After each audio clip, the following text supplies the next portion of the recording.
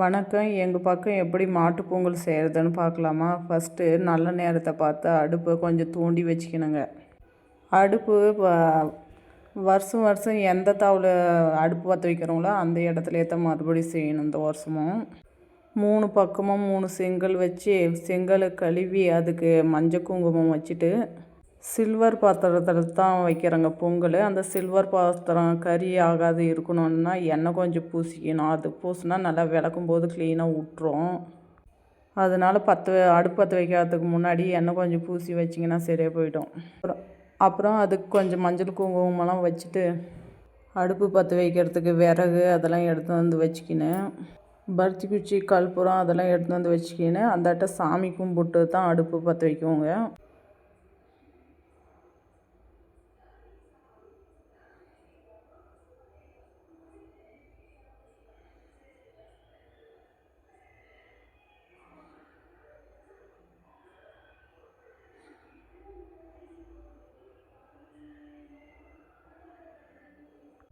பருத்தி குச்சி கொளுத்தி சாமி கும்பிட்டு அப்புறம் விறகு வச்சு அது மேலே கற்பூரம் வச்சு ஏற்றினா நல்லா எரியும்.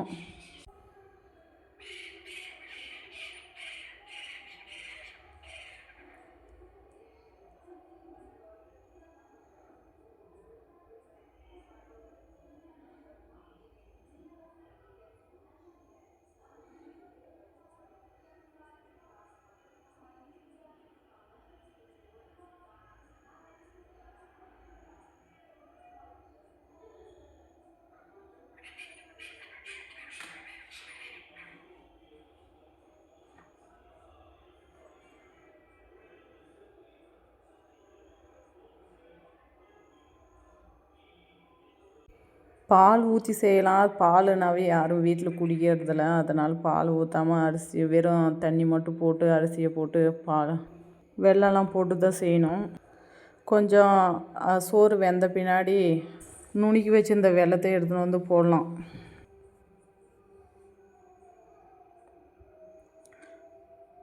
பொங்குது பொங்குது பொங்குது பொங்கலோ பொங்கல் பொங்கலோ பொங்கல் பொங்குது பாரு பொங்கலோ பொங்கல் பொங்கலோ பொங்கல். நல்லா கிழக்கு பக்கமே தான் பார்த்து பொங்குது பொங்கலோ பொங்கல் பொங்கலோ பொங்கல். சோறு கொஞ்சம் வெந்த பின்னாடி நிறைய தண்ணி இருந்தால் அதை இறுத்து ஊற்றிட்டு அதுக்கு பின்னாடி தான் வெல்லம் கொஞ்சம் போடணும்.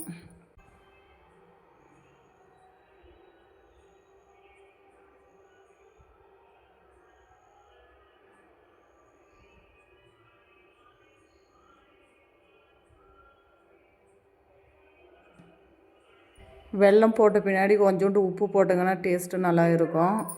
அவ்வளோதான், இனிப்பு பொங்கல் ரெடி ஆகிடுச்சு.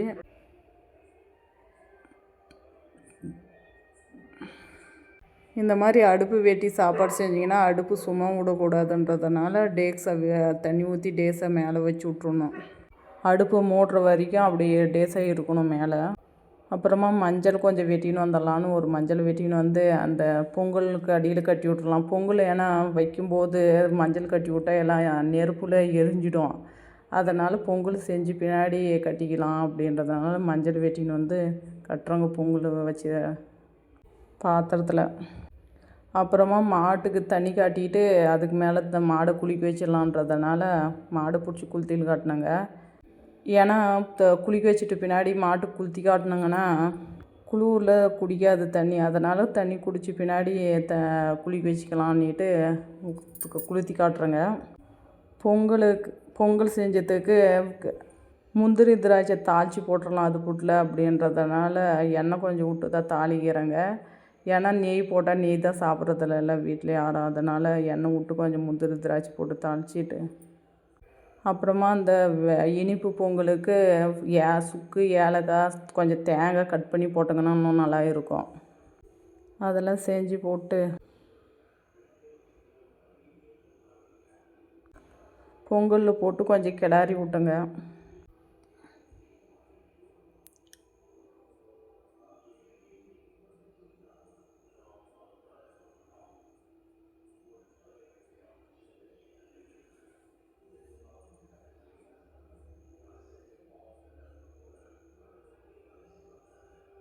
இந்த இனிப்பு பொங்கல் சாமிக்கு செஞ்சுங்க. சரி நம்மளுக்கு பூசணிக்காய் காய்கள்லாம் போட்டு குழம்பு வச்சிடலாம் அப்படின்றதுனால பூசணிக்காயை கட் பண்ணிவிட்டு அப்புறம் அவரை வத்தாடுவோன்னா அவரைக்காய் 3 செஞ்சுக்கலாம் அப்படின்றதுனால அது செஞ்சுங்க.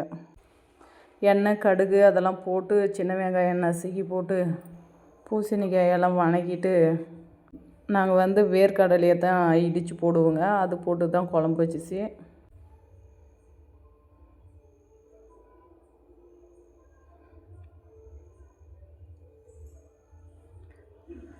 நிறைய காய்கள்லாம் போடலாம். ஆனால் என்னத்துக்கு 3 காய் போதும். வீட்டில் சாப்பிட்றதுக்கு நிறைய ஆளுங்கள்லாம் இல்லை, கம்மியாக தாங்க இறங்க. அதனால் 3 காயே போட்டுக்கலான்றதுனால இந்த 3 மட்டும் போட்டுங்கிறங்க. இதுக்கு வெறும் சோறு மட்டும்தான் செஞ்சுங்க. இது குழம்பு இதே இருக்கிறதுனால.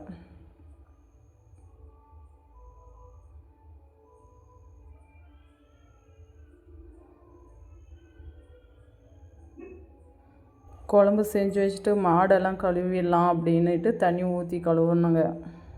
தண்ணி ஊற்றி கழுவுனா அந்த பக்கம் ஆடுது, அந்த பக்கம் ஓடுது. அந்த மாடு கழுவுறதுக்கே நிற்கவே மாட்டேங்குது சாமி. நல்லாவே கழுவ முடியல. அப்படி ஏதோ ஒன்று அப்படி கழுவி விட்டேங்க. அதுக்கு தான் மழையிலே விட்ருணுன்றது, மழைனா கழுவட்டும் அப்படின்றதுனால. அப்புறம் இன்னொரு கன்றுக்குட்டியை பிடிச்சின்னு கழுவுனங்க. அது ஏதோ ஒரு கொஞ்சம் நேரம் நின்றுச்சு. அப்புறம் முச்சாணியை எல்லாம் கயிறெல்லாம் மாற்றிட்டு புது கயிறை மாற்றிட்டு பூ வச்சாலையும் பூ வைக்கிறதுக்கும் நிற்கவே மாட்டேங்குது. அதுவே பிடுங்கி தின்னுதுங்க. கலரெல்லாம் பூசி விட்டுட்டு அப்புறம் 2 பலூனை எடுத்துன்னு கட்டி விட்டேங்க. கட்டிட்டு இலை எடுத்துன்னு சாப்பாடு போட்டு சாமி கும்பிட்டு மாட்டுக்கெல்லாம் கொடுத்துங்க. தை மாதம் மாடு கண்ணும் பொலியோ பொலியோ பொங்கலோ பொங்கல் பொங்கலோ பொங்கல் அப்படின்னு சாமி கும்பிட்டு அந்த சோறை எடுத்து மாட்டுக்கெல்லாம் கொடுத்துட்டு வீட்டில் சாமி கும்பிட்டேங்க. 2 பக்கம் கரும்பு தோரணம்லாம் கட்டி, ஏன்னா மாடோட பிறந்த நாளை தானே நம்ம மாட்டு பொங்கலாக கும்பிட்றோங்க. அதனால் கொஞ்சம் இன்றைக்கி தான் கவனிக்கிறேங்க. சாமி பார்க்குமா, அதனால் மாடு போய் சாமிக்கிட்ட சொல்லுமா, என் மனுஷர் என்னெல்லாம் கவனிக்கிறதில்ல, பாருன்னுமா. அதனால் சாமி இதுக்குன்னு போவரான்னு சொல்லிட்டு கரெக்டாக மாட்டு பொங்கல் அப்போ தான் பார்க்குமா சாமி. அதனால் நிறைய தீனி போட்டு நல்லா அலங்காரம் பண்ணி வைக்கிறேங்க.